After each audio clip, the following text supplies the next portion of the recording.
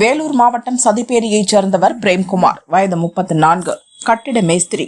திங்களன்று மாலை வேலை முடிந்து பைக்கில் வீடு திரும்பினார். ஆரன்பாளையம் பஜார் பகுதிக்கு வந்தார். அப்போது அதே பகுதியைச் சேர்ந்த கோடீஸ்வரன், அவரது மகன் சக்தி ஆகிய இருவரும் ரோட்டில் பைக்கை நிறுத்திவிட்டு லோடு ஆட்டோவில் தக்காளி வாங்கியதாக தெரிகிறது. இருவரையும் அழைத்த பிரேம்குமார், பைக் எடுத்து ஓரமாக நிறுத்தலாம்ல, எப்படி போறது என கேட்டுள்ளார்.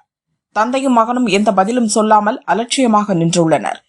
ஆத்திரமடைந்த பிரேம்குமார் பைக் ஹார்னை அழுத்தி பிடித்துக் கொண்டே இருந்தார். இதனால் இருதரப்புக்கும் இடையே வாக்குவாதம் உண்டாகி கைகலப்பானது. சுற்றி இருந்தவர்கள் சண்டையை தடுத்து நிறுத்தி சமாதானப்படுத்தி அனுப்பினர். ஆனால் பிரச்சனை வேறு விதமாக வெடிக்கும் என யாரும் நினைக்கவில்லை. மறுநாள் காலை சதுப்பேரியில் உள்ள டீ கடைக்கு பிரேம்குமார் போனார். அப்போது கோடீஸ்வரனும் அந்த வழியாக வந்துள்ளார். முந்தைய நாள் இரவு நடந்த சண்டை இருவருக்கும் கண்முன் வந்து போனது.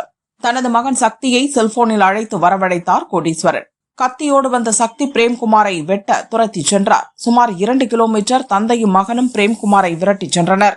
ஏற்கனவே தகராறு நடந்த ஆரன்பாளையம் பஜாரில் வைத்து சரமாரியாக வெட்டினர்.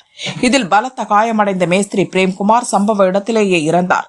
அவர் இறந்ததை உறுதி செய்த தந்தையும் மகனும் அங்கிருந்து பைக்கில் தப்பிச் சென்றனர். அருகில் இருந்தவர்கள் வேலூர் தெற்கு போலீசுக்கு தகவல் தெரிவித்தனர்.